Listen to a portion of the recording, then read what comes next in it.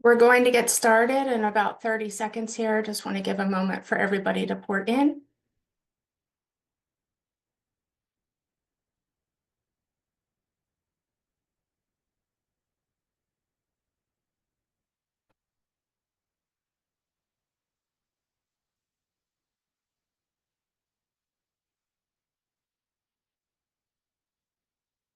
Okay, I think we can go ahead and get started. So hello, everyone, and happy National Public Health Week. Welcome to NCHEC's webinar, The Value of Health Education Specialists, Exploring Career Options Within the Profession, Part 2. I'm Jess Wessner. I'm a communication specialist for NCHEC, and thank you for joining us on a Wednesday afternoon here. We're really excited to have you as we continue to explore our series about the rich and varied careers available to health education and promotion professionals, and also really how the foundational 8 areas of responsibility are incorporated into each panelist's work. So before we get started, just to go over a few housekeeping items so you know how to participate fully in today's event. You are muted here during the webinar due to the large number of participants today, but there will be a roundtable leader. This will be the point where you can ask questions of our panelists. So you can do this by typing your question into the Q&A box at any time during the presentation. If your question is specific to one panelist in particular, please make sure to include their name when you submit the question, and that'll help us. And also at the end, I will provide my contact information in case you have any questions for me after the event. So now I'd like to take a moment here to introduce today's webinar moderator. Katie Bliss is MCHES certified and currently works as a professor at S&P State University in Clarksville, Tennessee, where she teaches undergraduate public health classes and MPH classes. And she also serves as a faculty advisor for Eta Sigma Gamma as well. And Katie is a member of NCHEC's marketing committee, which is who is providing this presentation to you today. So at this point, I'm going to turn it over to Katie to get us started. All right, thank you so much, Jess, and hello, everyone.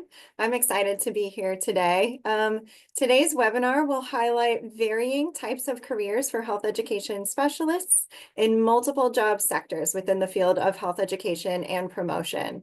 The panelists will provide a day in the life view of their job roles, their essential skills, and tips for working in their respective sector. So it'll be really lively and great. And in addition to providing all of that information, our panelists will engage in a lively Q&A session with all of you.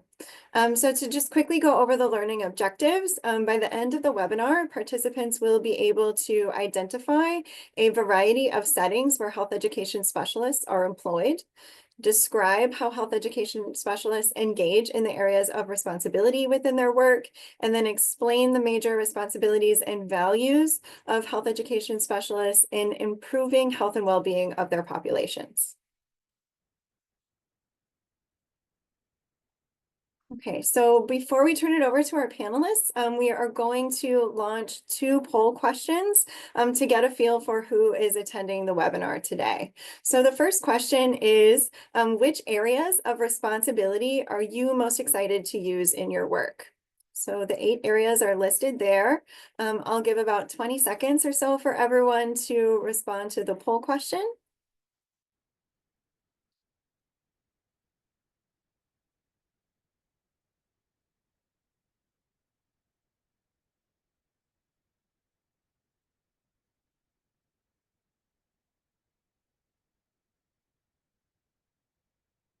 And then it looks like you can see both poll questions too, I think. Yeah, okay, so I did not read the second question, sorry about that. So let's go ahead and look at the results and then I'll read the second question as we get into it. So it looks like there is interest in all of the areas of responsibility, which is fabulous. We have a variety of interests. It looks like the one that got the most votes is area 3, implementation. But quickly followed by leadership and management and several of the other areas. So that's really wonderful. You'll all hear about the areas of responsibility within our panelists' work. And then for the second poll question, oh, did it go away? Oh, thanks, Jess. For the second poll question, which workplace setting are you currently working in or hoping to work in? It looks like we got a large variety of workplace settings there too. So nonprofit community, university, academia, healthcare, government offices, and then schools, business, and other kind of trailing at the end. So you're going to hear from people in many of these workplace settings today. So that's very exciting. Thanks everyone for your feedback. Okay, so at this time, I'm going to introduce today's panelists. And I'll introduce all four of them and then turn it over to the first one. So our first panelist today that you will hear from is Brandon Bond. Brandon is the LSA Mental Health and Wellbeing Project Lead at the University of Michigan. He spearheads strategic and systemic public mental health initiatives. Additionally, Brandon is a professional mental health public speaker with Active Minds, where he delivers interactive talks and workshops on multicultural well-being.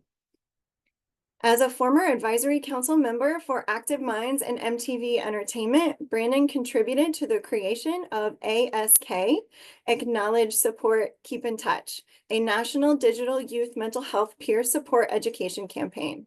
He also advocated for federal peer support policies through Mental Health America's inaugural Youth Policy Accelerator and is currently co-developing the infrastructure for Packard Health Black Men and Boys Mental Health Ambassador Program. Our second panelist is going to be Lisa Clow. Lisa is a social marketing trained health communications leader, health journalist, and certified health education specialist, whose work has focused on the development and management of impactful communication campaigns that advance health while supporting the business goals of national and local health organizations. Her sound and strategic communications leadership has enhanced the positioning of these organizations as thought leaders, showcased their expertise, impacted issues management and crisis communications, advanced understanding and awareness of health issues, and supported enduring partnerships. Through this work, she and her teams have been recognized with national awards for campaigns addressing healthy aging, mental health and aging, and cardiology or heart health. Our third panelist is going to be Paris Pryor Banks, a research professional and health education consultant from Cleveland, Ohio. She has a master's of education in community health promotion and is working toward a PhD in health and human performance. In her research role, Paris is responsible for enrolling participants in an Alzheimer's disease research study called DAWN. The goal of this study is to expand genetic research and to underrepresented populations. Paris is passionate about chronic disease prevention and prides her practice with the use of theory-based interventions. In the future, Paris hopes to create health education programs in her community that will produce systemic change. And finally, we will hear from McKenna Smet, who is the owner of Elite Wellness Performance and Recovery, an award-winning facility in the Washington, D.C. area, recognized by the National Commission for Health Education Credentialing for outstanding service and leadership in health education and promotion. She is a certified strength and conditioning specialist and certified health education specialist with expertise in fitness training, health education, and performance enhancement. With a background in exercise science and public health, McKenna is currently pursuing a PhD in health and human performance. She's passionate about empowering individuals through evidence-based training and education. So wow, what a fabulous set of panelists that we have today. So without further ado, I will turn it over to Brandon to get us started. All right. Hello, everyone. I hope you're all having a great day. I see some Michigan people in the chat, so very happy that you're here. So again, my name is Brandon Bond, and I'll be talking about two roles that I have right now. So currently, I am the Mental Health and Wellbeing Project Lead at the University of Michigan in the College of LSA, where I'm overseeing the new development of a public mental health initiative that's focused on more so the public health side of mental health as opposed to the clinical side. So I'm focused more so on prevention, systemic change, and advocacy opportunities, and some of that change management piece that comes along with it too. And additionally, I'm also a professional mental health public speaker with Active Minds. So that's been a really great opportunity, something that's really stretched me as an introvert. And with that, I'm able to connect with a wide range of different populations and organizations to talk about different and nuanced ways of how we can conceptualize and think about mental health and provide that mental health education as well too. So some of my specialties with that include multicultural mental health and well-being, men's mental health and well-being, and also mental health and well-being for the higher education population. So with both of those positions, I am essentially between the sectors of higher education with my project lead role, and then I speak to a lot of nonprofits with my public speaker role in general. So as we go to the next slide, I will highlight how this breaks down into the key areas of responsibilities. So I have it listed out here. There's quite a bit, and there's some slight nuances between how I approach both of the roles as well too, in relation to each of the areas of responsibilities too. So for the first one of assessment and needs and capacity, I see this with my project lead role as being very focused on identifying not only the issues and gaps that are present, but also what are the strengths and opportunities to kind of like the uplifters that are present as well too. So in my role, I was able to, when I first started out as a new pilot role, I did this through engaging in listening circles with student staff and faculty to just get a very, I guess, like in-depth but real and personal understanding of what are people experiencing, what are the challenges, what are the opportunities, and all of those things that come into play, but also understanding where do people feel that they are situated in the mental health and well-being atmosphere or landscape within the college setting as well too.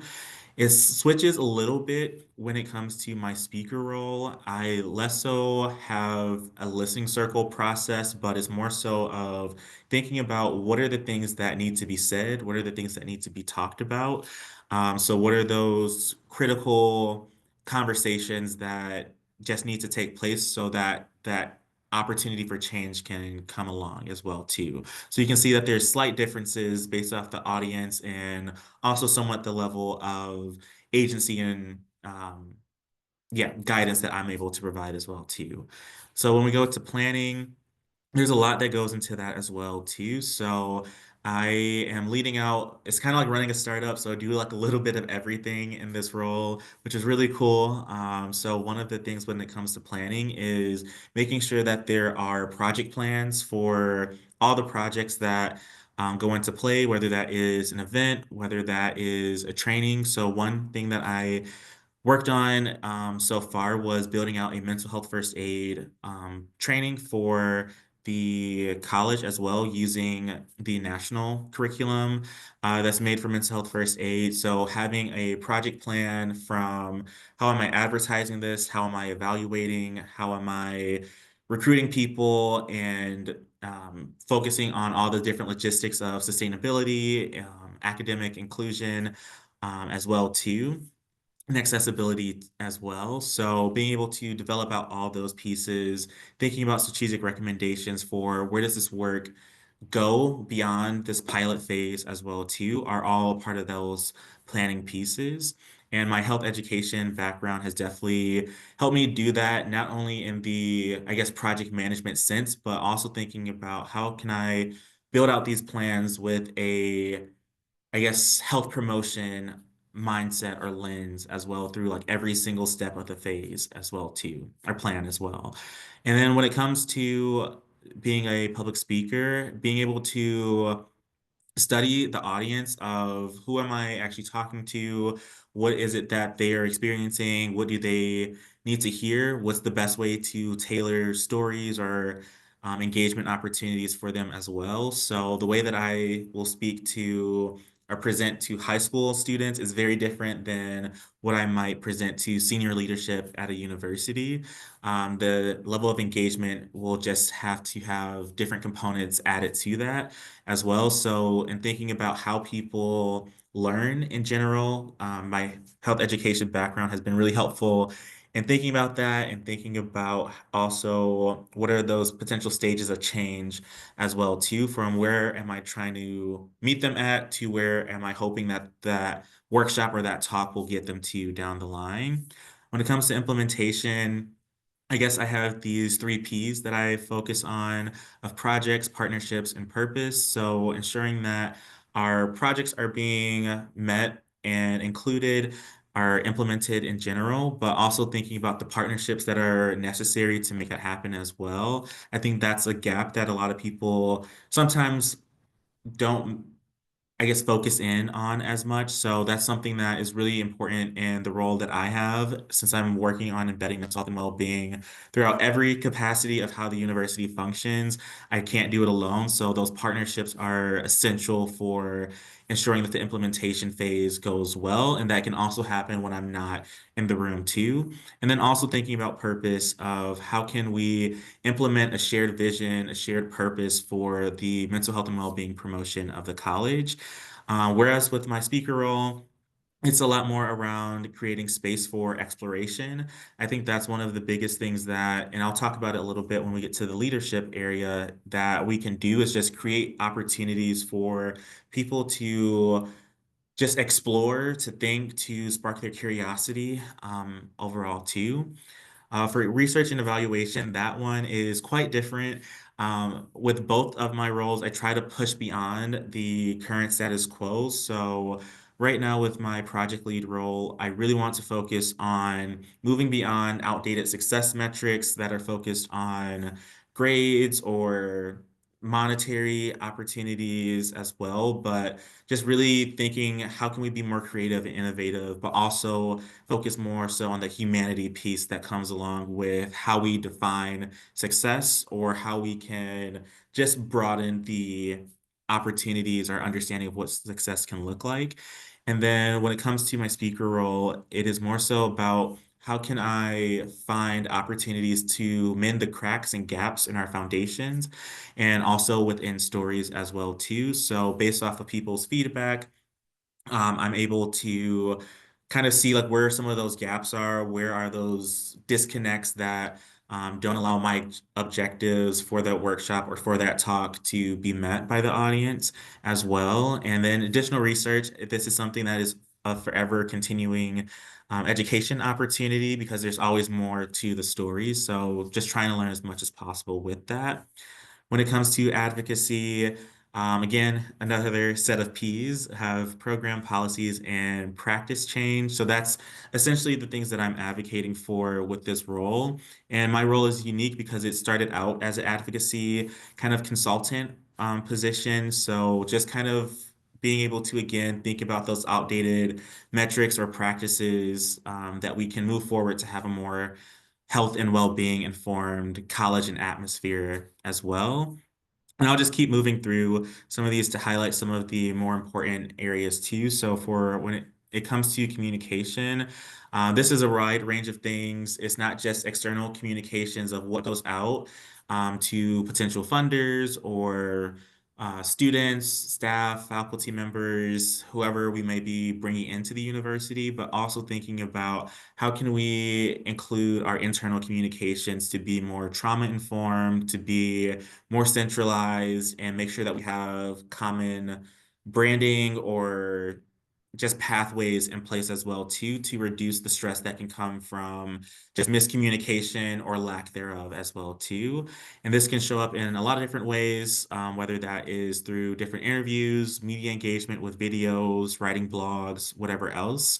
Leadership is a huge, huge piece of all of this. So when it comes to my project lead role, really focusing on the concept of weaving. That's one of my, I guess, superpowers, is being able to weave together people, passions, and pursuits.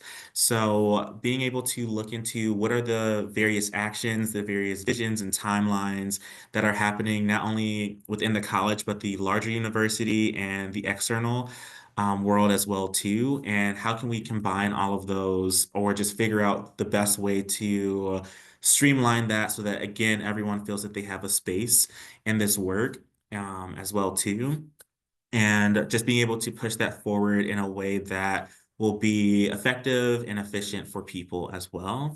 And then for my speaker role, being able to present opportunities and options for people to express their agency. I truly believe in offering a menu of options and as many opportunities as possible for people, so that they feel a sense of control and a sense of motivation as well to continue their pursuits too. And then when it comes to ethics and professionalism, that's also really important for both of my roles, where it's important to have student insight as a student advocate and project lead. It's important that I have their insight embedded into every step of the way. And then also making sure that I can respond to the historical responsiveness that's needed as well, of understanding that we aren't just in this situation because of the current day, but there's so many things that have led up to this moment too. So how can we embed that information into our current practices and future practices too? And then for my speaker role, I think it's really important that we, again, just don't stay set in the past or present, but we start to think about inclusive world building and how everyone, again, has a role in that future world as well too. So yeah, I'll move along to the next slide to just give a couple tips for both of the types of roles that you may encounter in your journey as well. So if you are becoming a project lead or kind of running something from the ground up, for me, it's been really helpful to know a little bit of everything and know at least a little bit about the team that I'm working with as well. That's really helpful because it's allowed me to kind of just see what are the gaps. Again, I am naturally a weaver, so I'm always learning different things and kind of putting it all together. So this is a really great opportunity and good tip to have, but also being able to recognize your team's strengths and where they can kind of help to fill in where you can't, as well. So that would be one of the main tips, and you can do that through a variety of ways, whether it is doing different assessments on leadership or personality styles, just having general conversations as well. One of the most powerful things you can do as well is just to ask them what their strengths are, where there are opportunities that they're hoping to grow in as well too. And one other thing that I do to get to learn more about my team is that I have a mutual expectations document that will go through different areas of how we work best for ourselves as individuals, but also as a team. And that helps us both highlight and get to understand what each other has to offer as we embark on our working relationship. Some skills that have helped me from a health education background is motivational interviewing. So I was a wellness coach when I was a grad student and got to have several hours of training in motivational interviewing. And that's something I still use in terms of active listening, in terms of thinking about behavior change and advocacy opportunities. And again, being able to weave together different opportunities and connection points for people too. So I have a couple images here that kind of highlight some of those areas. So for the past 2 years, I've been able to work with the DEI office in a unit called LSA at Play, which puts on some amazing events for students to host a DEI mental health and well-being fair to show the intersection of those two areas. So that's been, yeah, a huge hit on the campus and in the college, with this last year having over 400 participants. So it's been a great time and a way to just be a bit more unique and having a kind of drop-in pop-up opportunity for just education engagement. And when it comes to public speaking, that's something that it still feels very unnatural to me in many situations, but I found that just starting small with opportunities has been really helpful, whether that is just a student panel, I've been a tour guide, or just smaller opportunities as well, also have been really helpful in getting to this point. I think also just being curious around what are the things that you think need to be said and what are the things that you can see spark interest in people's lives or eyes as well too. And then my public speaker skill for this is to, as opposed to thinking of your voice as a tool, think of it more as an instrument. So there's going to be different cadences, whether you speak slowly or quickly, if you speak with more volume or less, as well. So it's just kind of puts a more fun twist to it as well if you can learn how to play your voice. So yeah, I will wrap it there. And on the next slide, I just have different opportunities to connect with me and images from some presentations that I've done through the speaker role, around conversations around grief and leadership. Black Boy Mental Health and Wellbeing as well, youth leadership, and a ton of other events that are connected to. So you can feel free to scan either of these QR codes. I also put the links in the chat as well. So you can, yeah, connect with me. I would love to, yeah, connect with you all in the near future. So I will pass it along.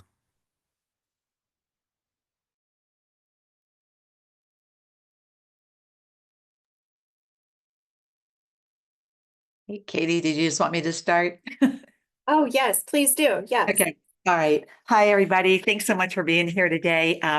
Really was so pleased to be asked to do this. And I think I'm definitely a competency six girl. This is where I have spent my entire career. Um, and so what I'm hoping to do with this presentation today is really just to show some examples of a lot of different ways that if you choose to go this route in your career now or at some point in the future, you can see that there are so many different opportunities to affect behavior change, health outcomes, understanding of health in your communities and with individuals, empowering folks to feel better about how they manage and control their health. And so I think the projects that I describe on the next slide will probably give you a good idea, but I'm certainly glad to connect with people after this webinar if there's, or even today through the Q&A if you have additional questions.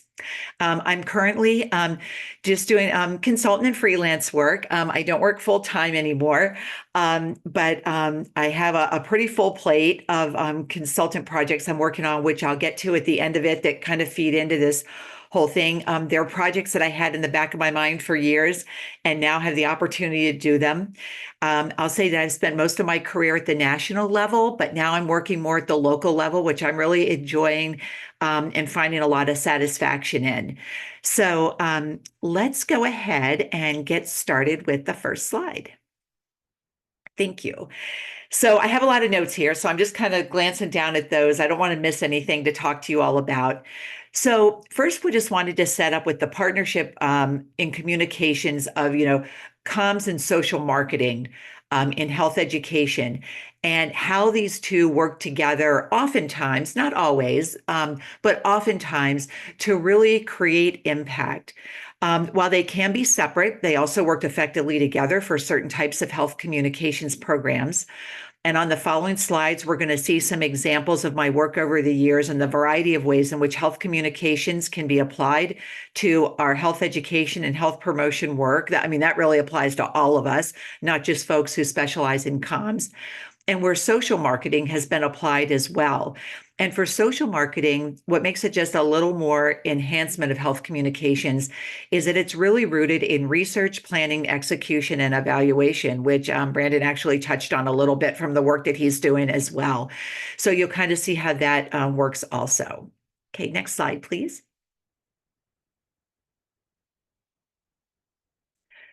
So on this first slide, we're going to talk about some examples of social marketing, media relations, research, and patient education with regard to communications for the work that we all do.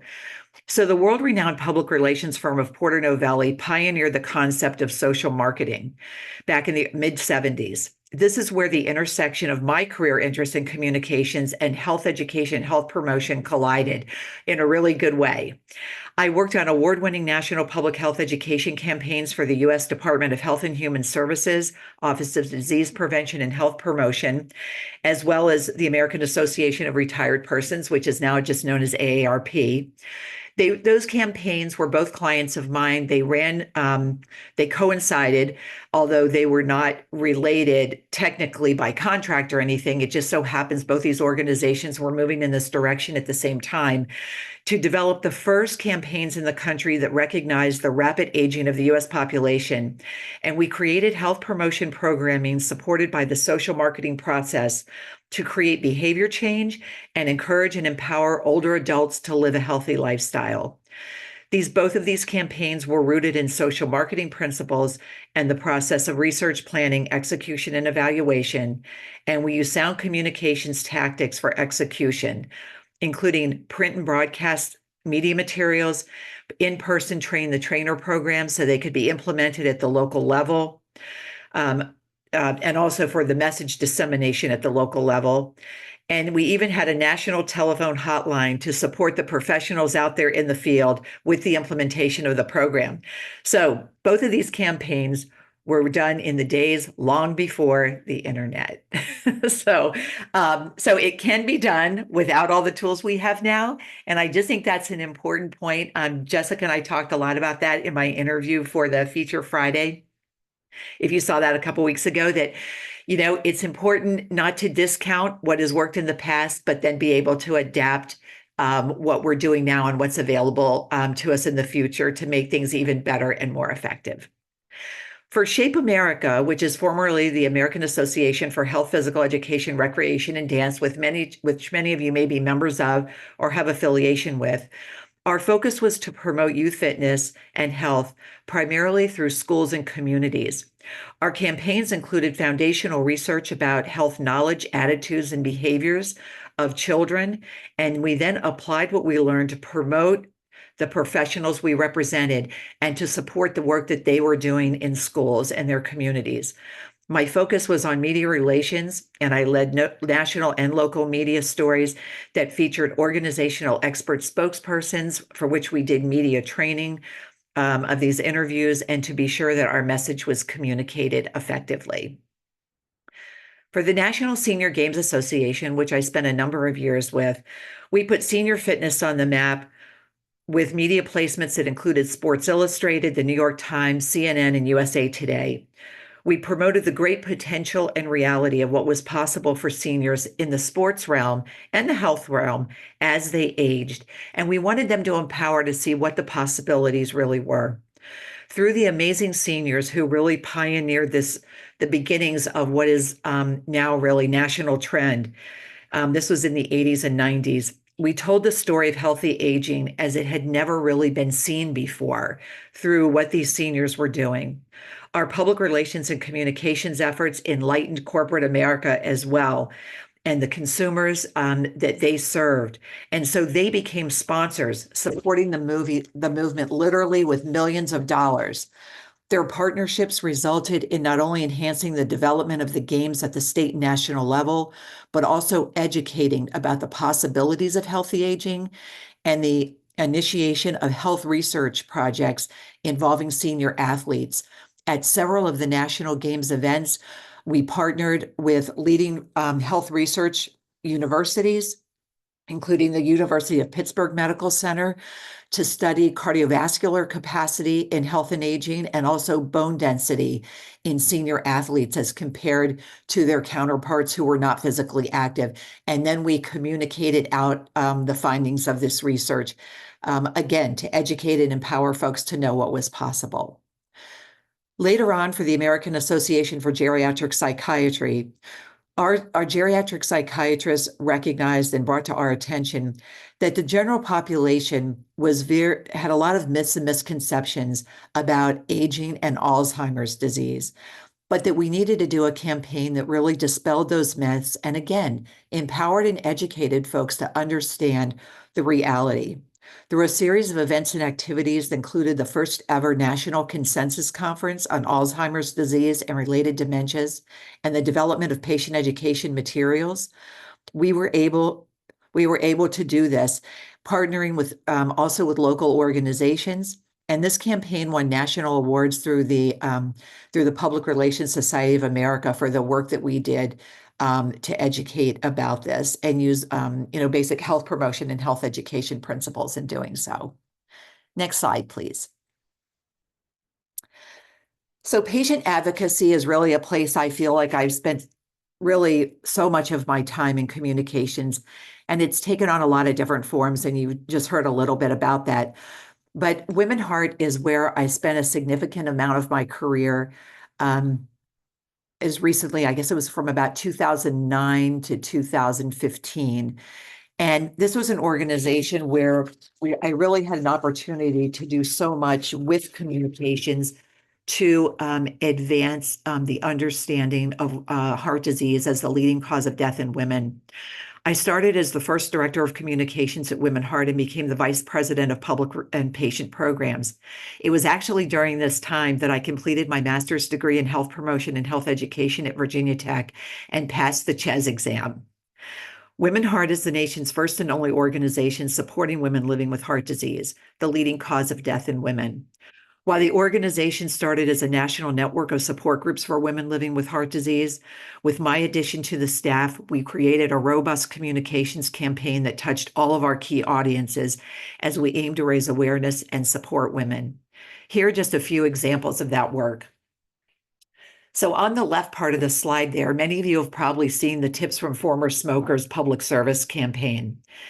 We were invited by CDC to participate in this campaign as many of our Women Heart Champion volunteers had smoking as a risk factor for their heart disease. Them being able to share their story helped them and the others that they shared it with to be able to educate others. Basically, these women use this opportunity, as I heard many of them say over the years, so that what happened to me never happened to another woman. And so it was through communications in this public service campaign, I should say it was a national award-winning campaign as well, that we were able to participate and add to that. Down there at the bottom, we were also the lead patient advocacy partner with the FDA Office of Women's Health with the national award-winning public service campaign, Make the Call, Don't Miss a Beat. This campaign message, both the written and the graphics, as well as the broadcast materials, were based in sound research with women heart attack survivors.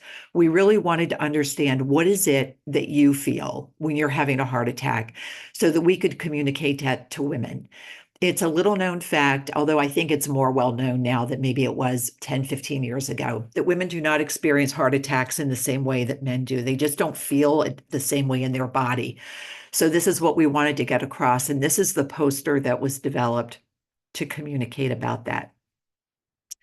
On the right side of your screen there, we also partnered with the NHI National Heart, Lung, and Blood Institute on the Heart Truth Red Dress campaign, which many of you may have heard about.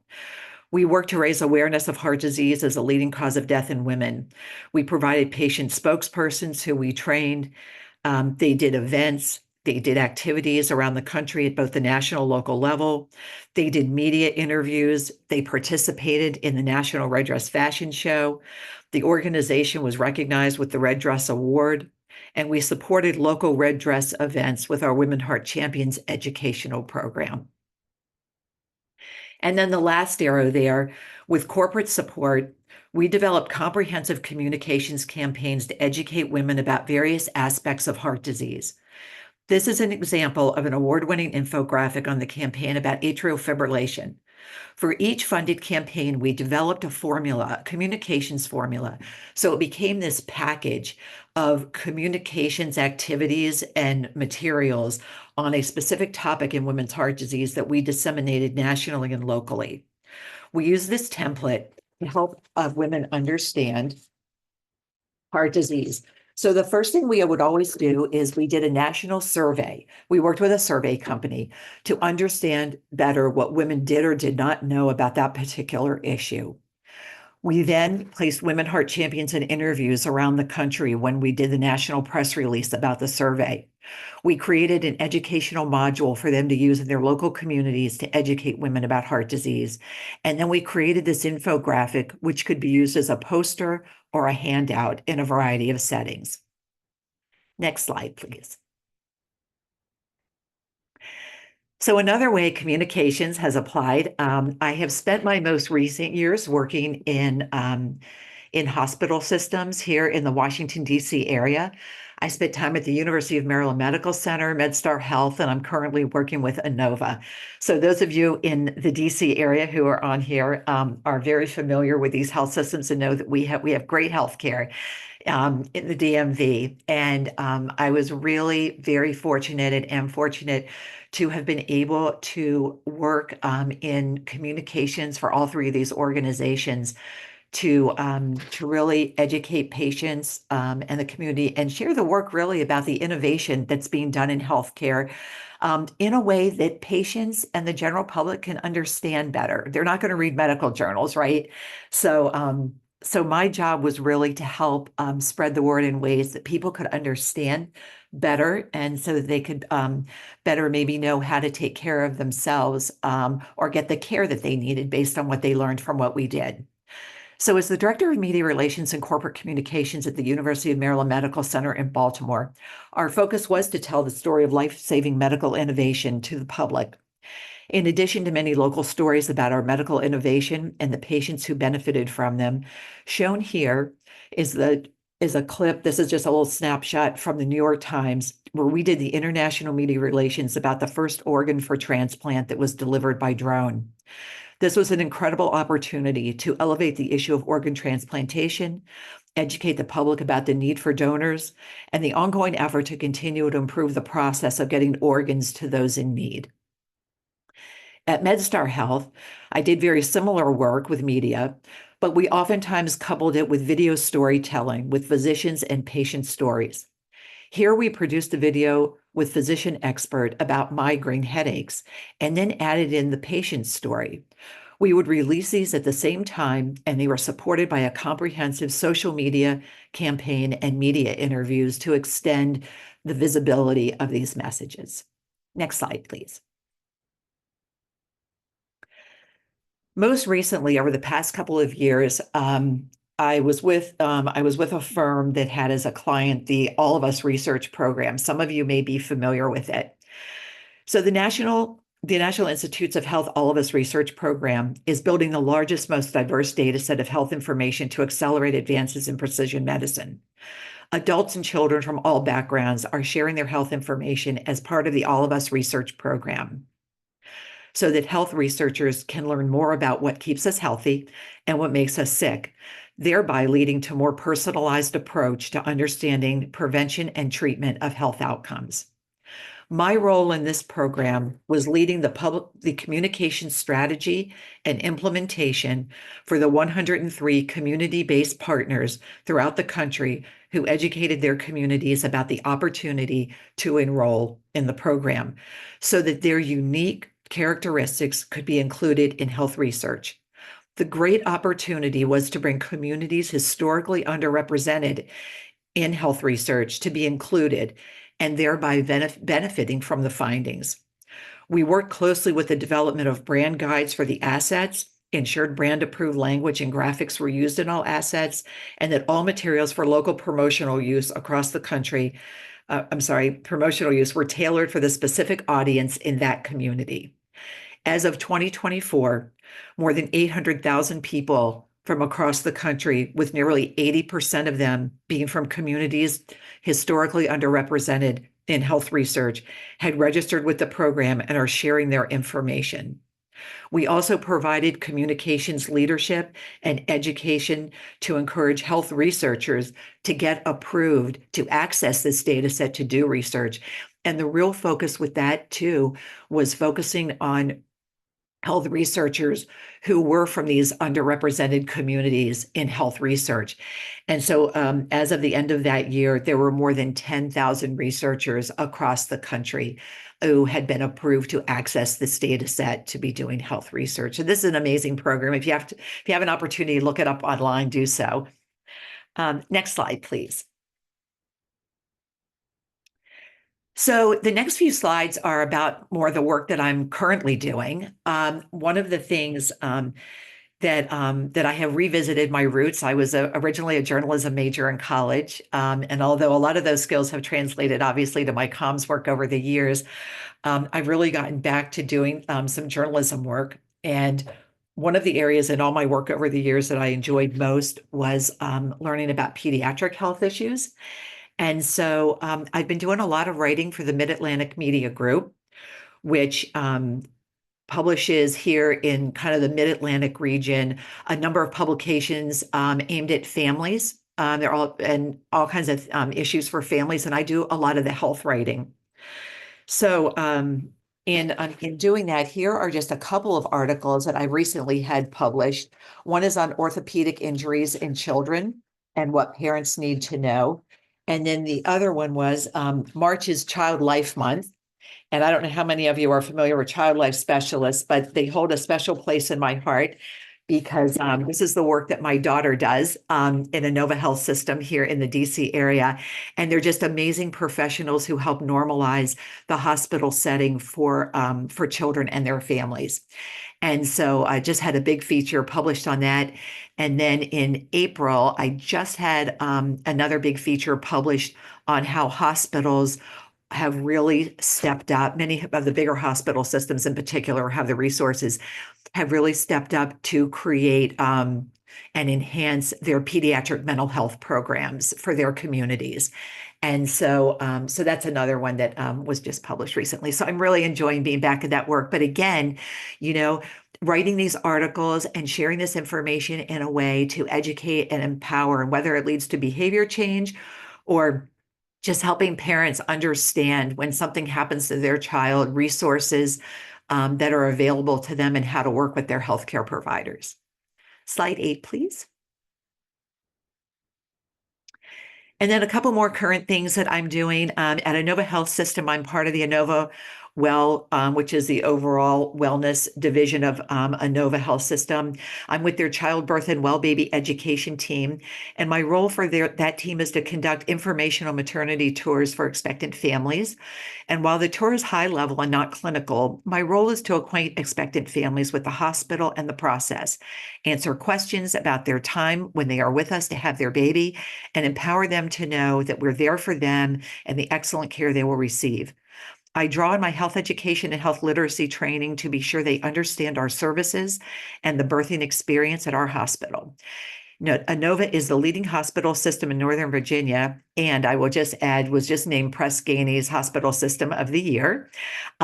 We have the highest level NICUs in Northern Virginia. We have the top rated health and maternity services as well. So seeing expected families come to tour, they're a bit nervous. Most of them are first-time parents, and to leave with a smile on their face and you just kind of see the relief come over them is really the greatest satisfaction of doing this work. And then I live in Loudoun County, Virginia, which is just a little west of DC. And last year, I learned about the Medical Reserve Corps that's part of the Loudoun County Health Department. Many of you that are with health departments may have Medical Reserve Corps as well. These were created in 2003 as an outcome of the events of September 11th, 2001, where communities throughout the country created volunteer corps of both medical and non-medical citizen volunteers to be available, be prepared in the event of medical emergencies in their area. I currently have been trained to conduct Revive training, which is Narcan education in my community. And I'm also helping the leadership of the Medical Reserve Corps program develop a communications campaign to recruit more volunteers. We have 2,500 volunteers, but we want more, especially we need a few more medical volunteers. So I'm developing the communications campaign that will support that recruitment initiative. Next slide, please.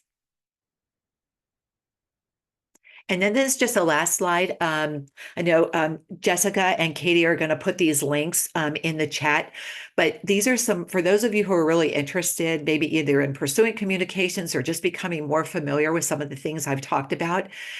These are some great resources that are available. And I will say the one at the bottom there, the George Washington University Cancer Care, there's a whole lot of courses in there, but you can find the ones that are just for CHES credit. So those actually, you can get credit for doing those. The CHES group of courses is a total of, I think, 37 and a half credits, and it's free. So if you're interested, these are all great resources to get you started or just enhance your education. And I will end there for now. So thank you very much. Thanks for the opportunity to share all this. Good afternoon, everyone. My name is Paris, and thank you all for, again, joining today. I am currently employed at Case Western Reserve University at the School of Medicine as a program manager in the sector of community-based research. So I'm in a research study called DAWN study. I'm not sure if anyone ever heard of it, but it's a community-based research study in which we enroll ethnically diverse individuals based on Alzheimer's disease. A little bit background about my education. I have a bachelor's in exercise science, a master's in community health promotion, and currently I am working on my PhD in health and human performance. Next slide, please.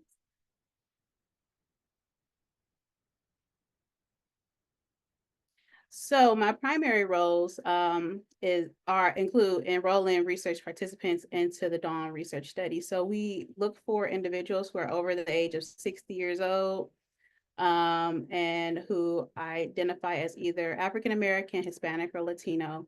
And they don't have to have a memory problem to enroll in our Alzheimer's research study.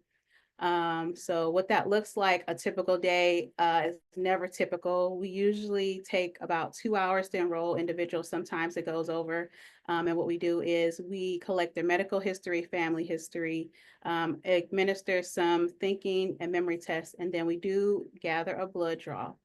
The next thing we do, attending tabling events. So there is a picture of one of the table events that I went to last month, which was the Black Health Expo. Usually what the table events are we administer information about our research study in addition to health education materials. Recently, I've been able to get a little bit more flexibility with planning and executing health education presentations. So a couple of weeks ago, I had my first presentation where I administered a brain health education, presentation. And then another thing is to advocate. So working in research, especially in underrepresented populations, advocacy is very important. Next slide. And then the areas of responsibility. So I do use all areas of responsibility for needs assessment. We do collect data. So in 2023, I was co-facilitator of a focus group for brain donation. And that was to be able to, for one of our sites, to develop some brain donation health education materials for us to disseminate in the community. Planning, so we do plan community events for recruitment. So again, like tabling events are essential for us to plan for. We do thinking and memory games for our regular apartment buildings that we frequent, just to be able to maintain that relationship. Implementation, we do provide health education presentations again. So that brain health presentation I did, we also do other presentations that one of my coworkers is certified under the Alzheimer's Association to present. So we do that as well under evaluation and research. So at the end of each presentation, we do administer evaluation forms, and there the individuals can let us know how we can improve the events going forward. Under advocacy, so when our individuals who are enrolled in a research study, they need a service provider, we do provide those service providers. So we provide referrals to smoking cessation, referrals for people who are in harmful situations, things of that nature. Under communication, being transparent in research is very, very important. We do work with underrepresented populations. Historically, that has not been inclusive for research. So we make sure you're very transparent and honest when it comes to our procedures and everything that we're planning to do with them. Under leadership, so building relationships with stakeholders, we want to make sure that the people who are in the community who are over the buildings that we are interested in, that they are that we build that relationship and maintain that relationship so that we can continue to do future business with them. And then under ethics, again, respecting the rights of the research participants.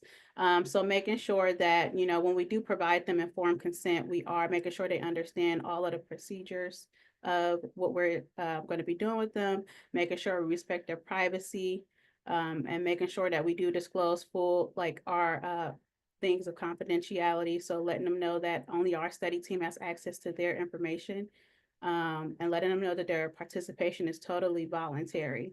at any time that they can withdraw without any penalties. Next slide. And then the last thing I have is some career advice. So one thing I would say is not limiting yourself to a typical health education role. So a little bit of transparency. In 2018, I did fail the chess by 4 points, which at that time I did not have psychological flexibility. So I did not know that if I was able to take at least one competency and apply it to the roles that I was in, that I would be able to basically manifest myself as a health educator and continue to try to take that test sooner. So fast forward to last July when I got the email about the deadline approaching for the October cycle. I did have flexible psychological flexibility, and I did see the potential that I could be if I had the CHES credential, like in my role. So making sure that you do possess that psychological flexibility and continue if it does get tough and if you are discouraged.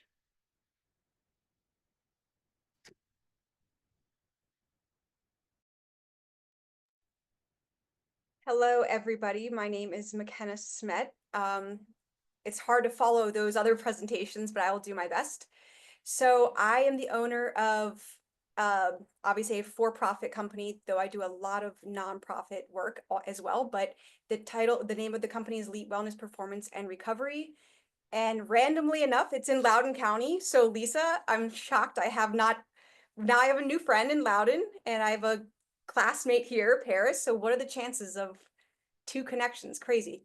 And I really just focus on human performance and transformative outcomes. So I would say a more holistic approach. And next slide. And also my credentials, I have sorry, go back real quick. Sorry about that. So just to paint the picture for you, my undergrad is exercise science. Okay. And then I thought, I have the exercise portion down. How do I evolve from that? So I got my MPH, and then obviously my CHES and my CSCS go kind of hand in hand to me. And I'm also currently in the PhD program. I'm in my dissertation right now, so wish me luck. Okay, now next slide. Okay, so since I own my own business, I had to basically create everything myself. So just imagine that. The rules, like everything I had to figure out. So I really thought about this question, and right now I do these like assessment. Someone comes in, what are they coming in for? You need to assess them. Like, do they need more mental help? Do they need more physical? Do they need a combination? And then planning. Okay, what am I gonna do with this person? Like I assess them, but now I need to plan something to do.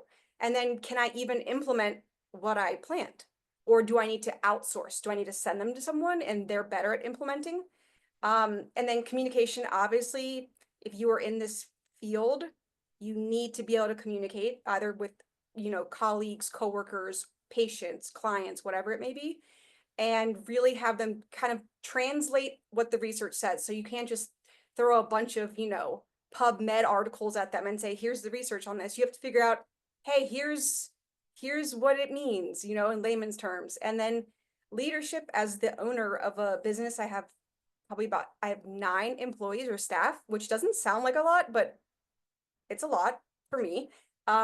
Everyone's personalities are different. How do you lead everybody? How do you guide them towards a common goal? It sounds like I could use a lot of Brandon's tips with how to do that, because he seemed to have a good idea. But there's a lot of, after 7 years in this business, I've had a lot of failures and I've had a lot of successes. And I'll get more into that. So next slide. So I thought the best way to explain what I do is to just post photos. And I'll also post some links in the chat so you can kind of get a better idea of what I do every day, because it's very unique. So one photo is me running for Loudoun County Public School System, their PE classes. So their teachers are the ones that train the students, but we train the teachers. So safe weightlifting, like strength training, proper setup of equipment, things like that. So that was a huge honor to be asked to do that 2 times now. And then the other photo is me giving a presentation in Singapore for a women's health conference, which I was the personal trainer for a lady who is so high up the food chain in public health, that she asked me to come to Singapore. She works for NIH, but she also is was with Harvard, Johns Hopkins. She just saw something in me because I would train her 2 times a week as a personal trainer, and we got to talking, and she's the motivation for why I got my MPH. So she's, inviting me, and that's just amazing. So as you see, it really comes down to communicating, connections, and next slide. It's more pictures, by the way. All right, so at my business, not only do I use my exercise science background by proper exercise form, but I also have to use general health. So someone's in a cryotherapy chamber. I'm not sure if anyone's familiar with that. We've had it since 2018, but I need to be able to not only like explain the benefits, look at the physiological signs and symptoms, like are they okay? Are they coherent? What's happening to the body as this process is going on, educating them about it and making them feel comfortable, because that's not a comfortable, no one wants to be negative 245 degrees. So go ahead for the next slide, please. More pictures, spoiler alert. So this is a local high school, Stonebridge High School in Ashburn.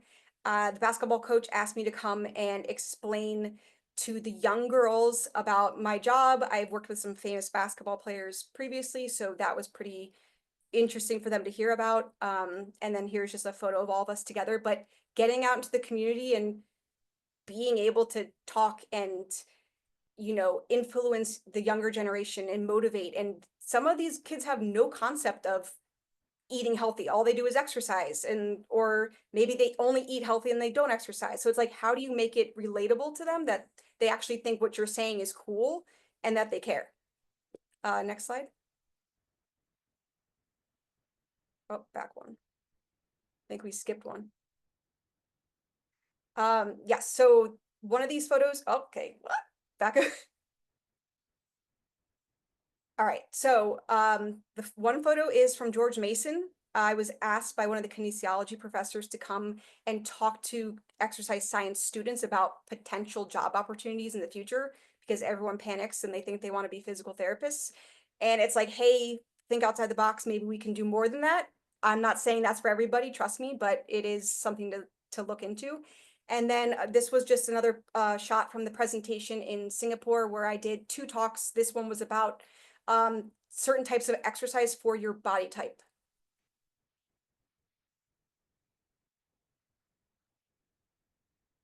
Now you can go to the next slide.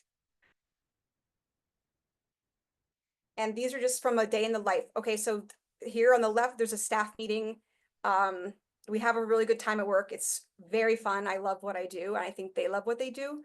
I'll do a lot of presentations on anatomy, exercise, food, nutrition, mental health, like anything to get the content out into the atmosphere in a way that I think is easy to digest. Because sometimes it's not fun to, have to read something. So the more animated and fun I can make it, I use props sometimes. I'm like, hey, this is your knee and this is what's happening.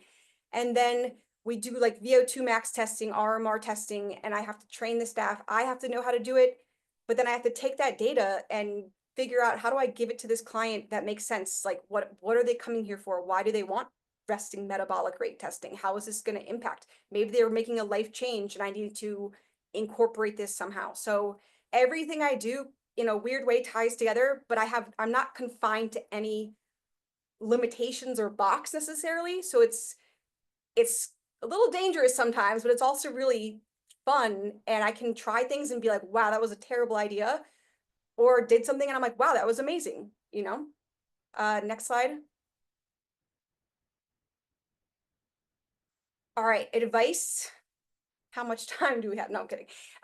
Okay, so career growth. I think I'll piggyback off what Paris had said and everyone else had said so far, is always learn. Do not go to school, get a degree and think you are the smartest person, because things change, and guess what? People are smarter than you. I learned something today that I didn't know from probably each person speaking. And just because I will have a PhD, that doesn't mean I'm better than everyone.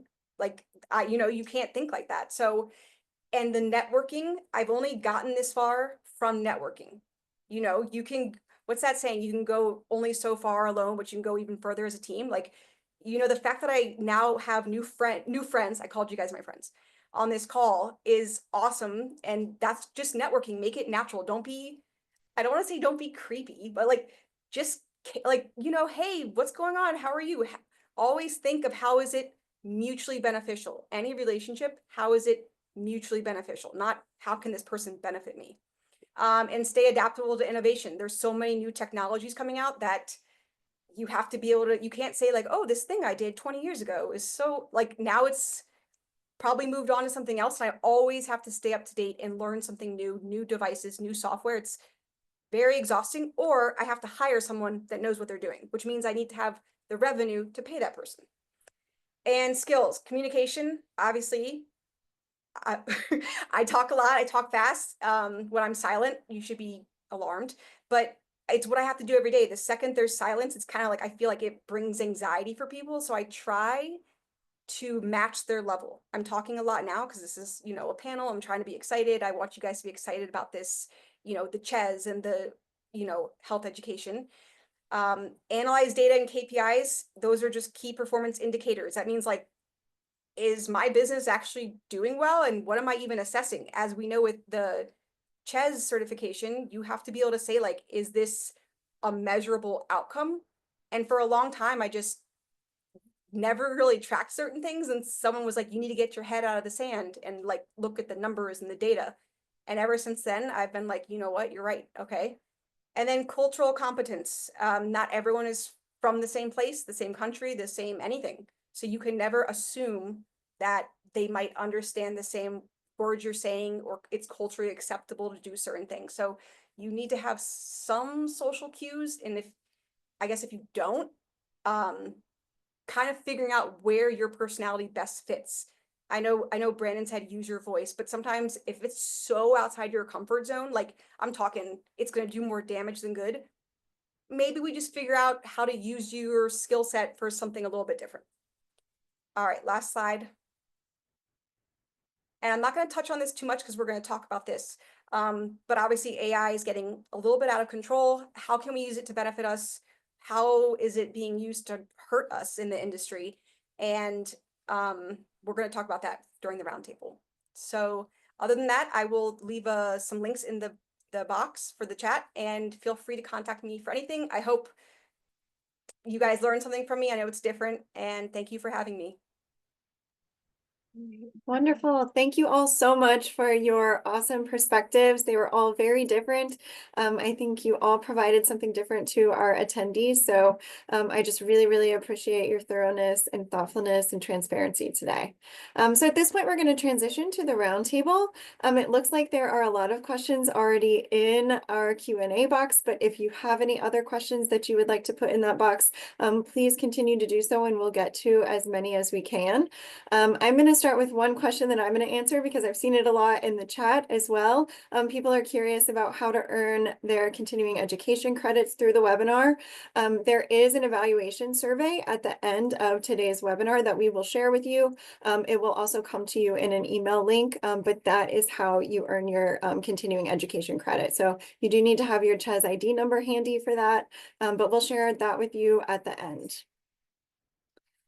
Okay. So first question, let's see. I'm just going to start at the top. I'm going to, I think, maybe combine these two questions here. So we have a couple questions that are similar. And I think maybe we'll start with Brandon for this. They're kind of geared toward mental health. So tips for searching for roles in mental health. Someone specifically asked about higher education, but what are the opportunities for health education specialists in the mental health field?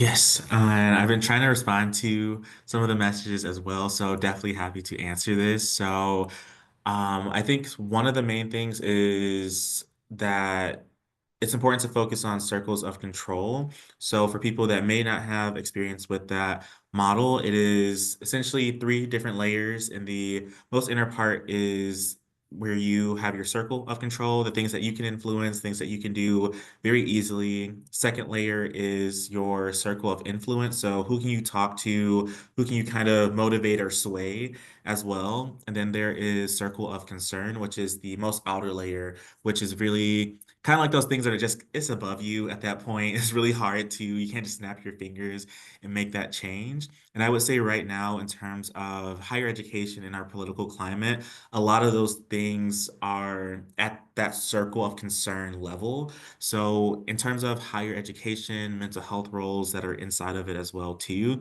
I don't know if I have the best response for it right now because with the political climate, things are extremely unpredictable right now, as I'm sure you all know.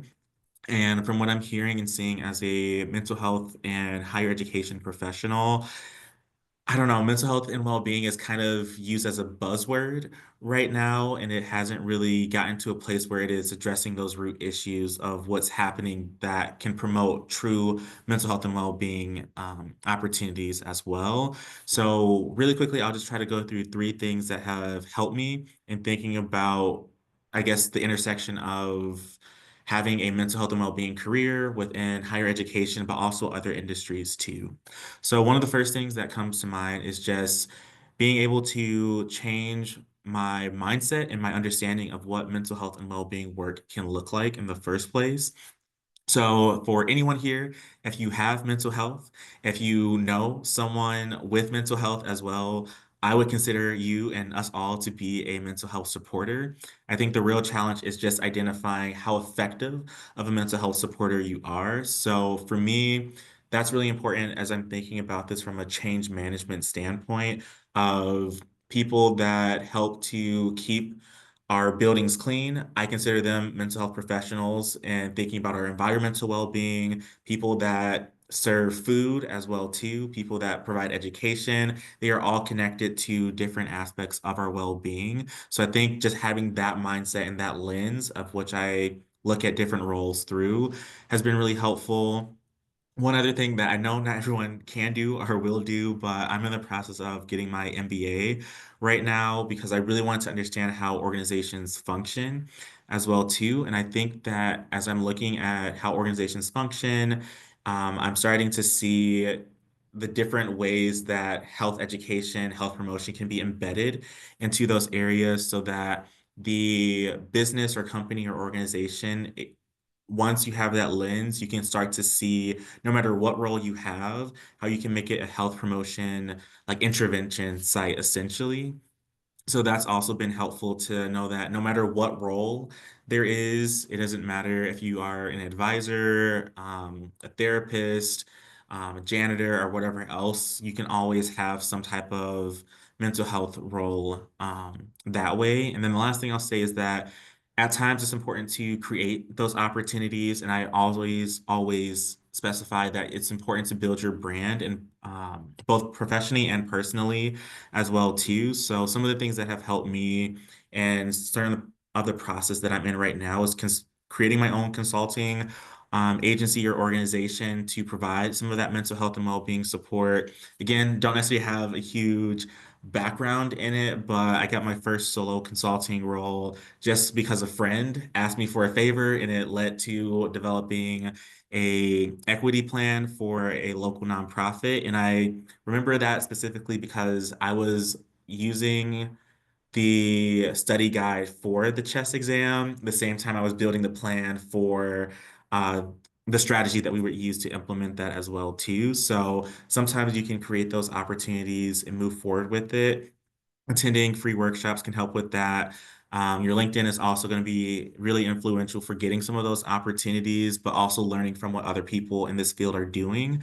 And I would also say just volunteer. Sometimes that can lead to additional opportunities that come from it as well.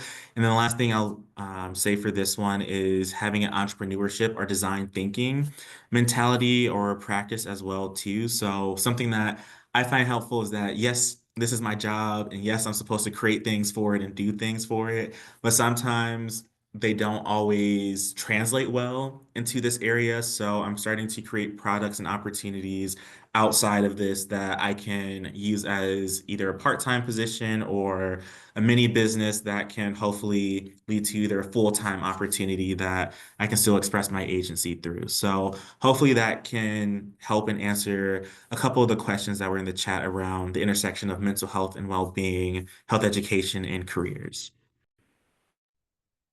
Great. Thanks so much, Brandon. This next question I'm going to read, I think, is for Paris, kind of based on what you were talking about in terms of the CHES exam. So part one of this question is, can you explain more about what you mean by psychological flexibility when you talked about that?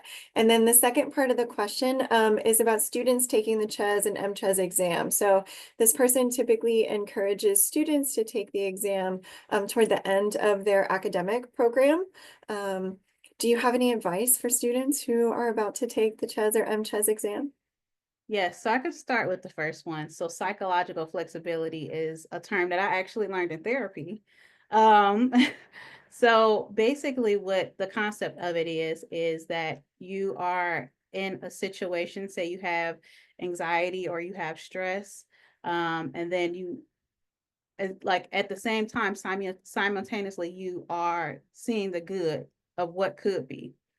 So that's what I understand psychological flexibility to be. And then any advice for CHES, people who are taking the CHES was the second question, correct? For me, so short little story. When I failed, I was in my last semester. And I figured, okay, I don't need it to get a health education job, but I was just searching health education jobs, and it didn't work out basically. So my greatest advice is just keep going. Just go. Do not take the 6-year gap that I took, because when I came back for the second time, there were new competencies added. And at that point I had forgot a lot of what I even studied to begin with. So just keep going. Use beyond the book. Don't just use the book. So I ordered a study guide off of Amazon, and that's what helped me pass. I didn't even look at the book after I got the study guide. So that's something that, really helped me. And then also Quizlet too. Quizlet has a lot of questions that are not on the test, but have the same scenarios that are on the test that'll help you be able to comprehend what's being asked of you. So just use multiple methods. Great. Thanks so much, Paris. My students love to use Quizlet for everything. So okay, and then there's a question here for McKenna. The question is, do you have an educator who helps with improving sleep quality? Where are you located, I guess, is my first question. Whoever wrote that. That was not in the question. So So- yes, but I'm assuming they either want someone local if they're gonna, or national, but yes, tell that person to message me directly and I can get that information. Okay. Yeah. Maybe put that in the chat or put it back up here, your contact information, and we can share that with McKenna. Okay. All right, and there's another question in here, sort of about looking for work in public health. So there's a question about how does one get started with a job in public health? What is a first step, where to go? And then there's another question that's kind of similar about someone is currently working in a local government role, but would like to get some insight into transitioning into private sector or higher education. So I'll just throw this out there as sort of a general. Can you give some advice on where you go to look for jobs? If you've transitioned to different roles, is there a piece of advice that any of you would give? I know Yeah. several of you have worked in a lot of different capacities, so maybe we can answer a few questions here. Yes, I can go. So I actually work at Case Western Reserve, which I mentioned before.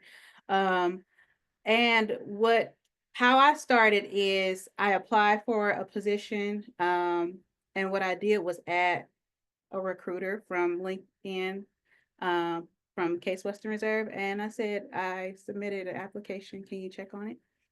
So I think I like really just kind of being straightforward. That's what helped me be able to get my resume and curriculum vitae to my hiring manager, and the rest is history. But especially for higher education, they get so many applications.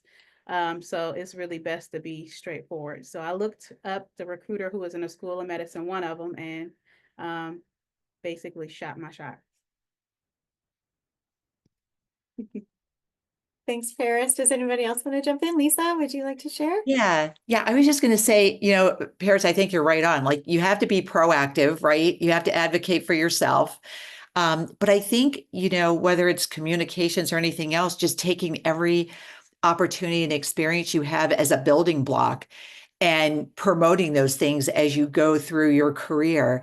One of the things I share with Jessica when we spoke a couple of months ago was just about, and for me, this was just especially applicable in comms. I could never quite decide where I wanted to land.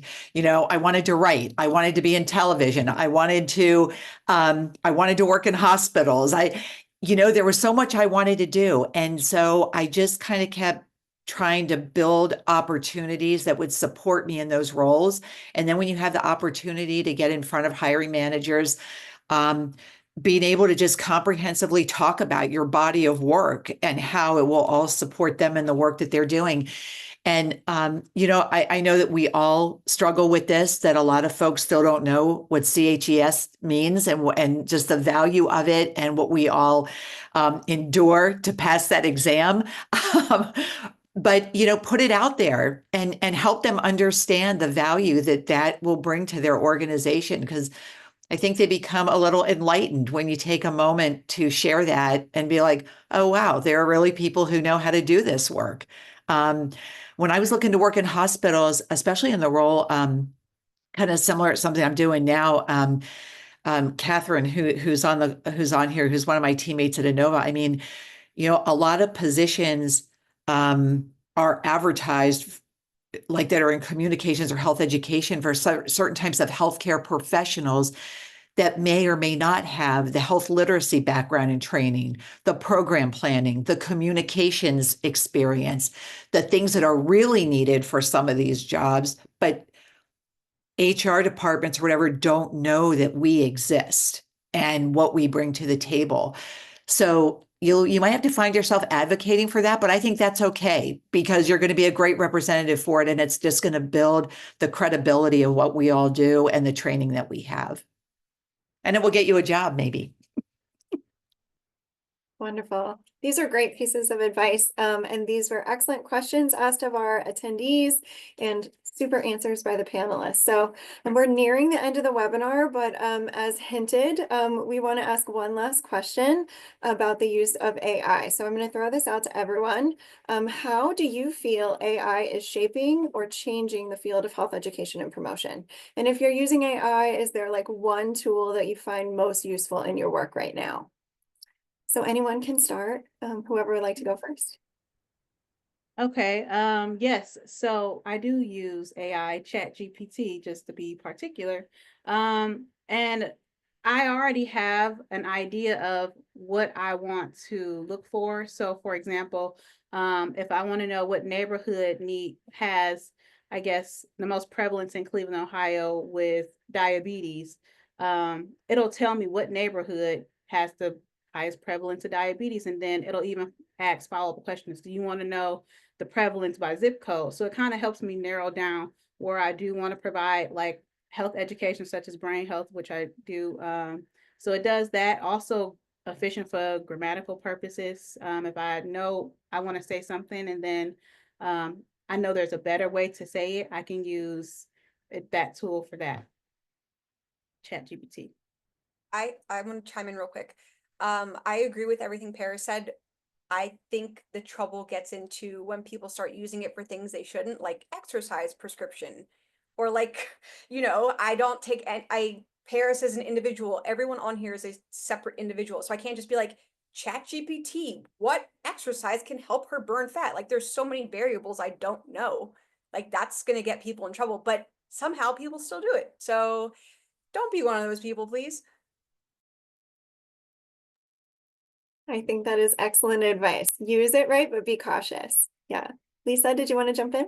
Yeah, just to say, I've started exploring it more out of curiosity, not only for how I could use it now, but I'm learning a little bit about maybe its application for some things that I did in the past where I see now I'm starting to learn, oh, that would have been helpful. I I found an interesting piece online a couple of weeks ago from the de Beaumont Foundation, which I'm sure some of you might be aware of. It's called Leveraging AI for Public Health Communication Opportunities and Risks. And I think for any of us who are novices, I mean, maybe that's a lot of us. I don't know, but I think there were just some nice tips in this little like 3-pager. I've got it sitting here on my desk. Opportunities as well as and practical steps for health leaders.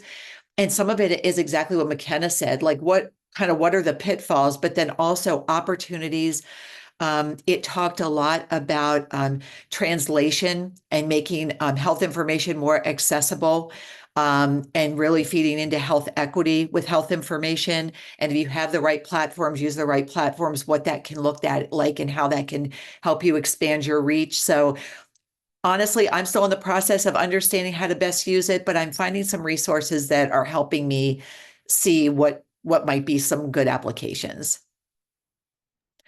It was oh, I'm sorry, can you repeat the source? It was the debeaumont.org. So it's DEBEAUMONT.org. And the document, if you look it up on their site, is called Leveraging AI for Public Health Communication, Opportunities and Risks. So, and it's an easy read. It's written at a really nice level for all of us. So it's a great example. So yeah, I think it's understandable. It's not too technical or lingo-y. So Yeah, and I'm happy to round us out. And I think I'll talk a little bit in terms of like some general considerations or things to somewhat look forward to, but also be cautious of. So one of the biggest benefits I think we have the opportunity to use AI for in terms of health education and promotion is having a more globalized understanding of what health can look like. So from our fingertips, whether it's with Google or ChatGPT or whatever else, we have an opportunity to look into how other places around the world are conceptualizing health and well-being. And I think that's a really cool opportunity to be able to have access to a tool that can help generate that. I will say that it's important that we also recognize that there are challenges with some of that information and bigger things that we have to take into play, which I would also consider public health matters as well, such as the digital divide, ensuring that people have broadband access, thinking about digital and technological literacy or digital wellness as well too. And also having localized language for these, I guess, AI tools as well too. Something that I'm a bit concerned about that I've seen just from working with faculty and staff members that have been at the university for a couple decades is when they talked about the introduction of just computers and stuff on campus that while it did lead to more efficiency and everything, it also led to higher expectations and workload and burnout as well too associated with that. So I think it's important that we recognize that just because there is advancements and there's more efficiency, that doesn't mean that that should also translate to higher amounts of work that needs to be done as well too. And I also be cautious of equating technological and AI advancements with foundational kind of like root issues or systemic issues. I don't think AI is going to solve a lot of those root issues. So I think being able to just have that balance as well can be really important. In terms of my role, I use the free version of ChatGPT. I think it's really helpful. I tend to test it out. So I'll put in different responses or word it in a different way to see if the results come up. So still using some of that kind of like research, repeatability, process as well too. I think it's really important that no matter what you input, put some framing or context around it. If you're looking through a health promotion lens, if you're looking through a higher education lens, nonprofit lens, whatever else, that can be really helpful as well too. And also just know a little bit about the topic that you're using AI for. If you have zero clue where to start, like for me, I've never taken a physics class. If I type something around physics and it outputs something, I'm just gonna take it as is and just say like, yeah, it must be right. I don't have any way to verify that or to say that it's not accurate. And I think the last thing I'll say is that AI is here. It's gonna only continue to grow and be integrated into this field. So one of the biggest things I think that we all should do is just to try it out in whatever way possible. And again, start small, start with um, confidential information, of course. But I think the more that we can start to understand AI, work with it, we can understand where are those potentials for advancements of our field, but also where are those protections that we need to put in place and make sure are there as well too. So yeah, try it out. The best things that we can do is have as much exposure to it so that we know the best way to navigate it for our future. Wonderful. Thank you all so much for your advice there. This is a really new area with a lot of potential for growth, but a lot of concerns to think about as well. So thank you all so, so much. We have neared, oh, You know what, go ahead, Katie. I just want to, go ahead, and I'll just had something I need to mention to you at the end about the chat. okay. Okay. Well, we've neared the end of the webinar. It is 3 o'clock. So just a couple more housekeeping items. First, thank you so much to our panelists for your time and your experiences. And thanks to MD Anderson Cancer Center for being our service provider for today's webinar. I know there's a lot of questions about how to get your continuing education credits. Please be sure to complete the survey and provide your CHES ID number in order to get your continuing ed credits. So a survey link is going to be emailed to you, but if you want access to that survey right now, you can also go ahead and use the QR code to access the survey. And even if you're not claiming credit, we hope that you'll take the survey and provide some feedback to us to help us improve future offerings. So thank you so much, everyone, for attending. What a wonderful webinar. Enjoy the rest of your National Public Health Week. Thanks so much, everybody. Much appreciated.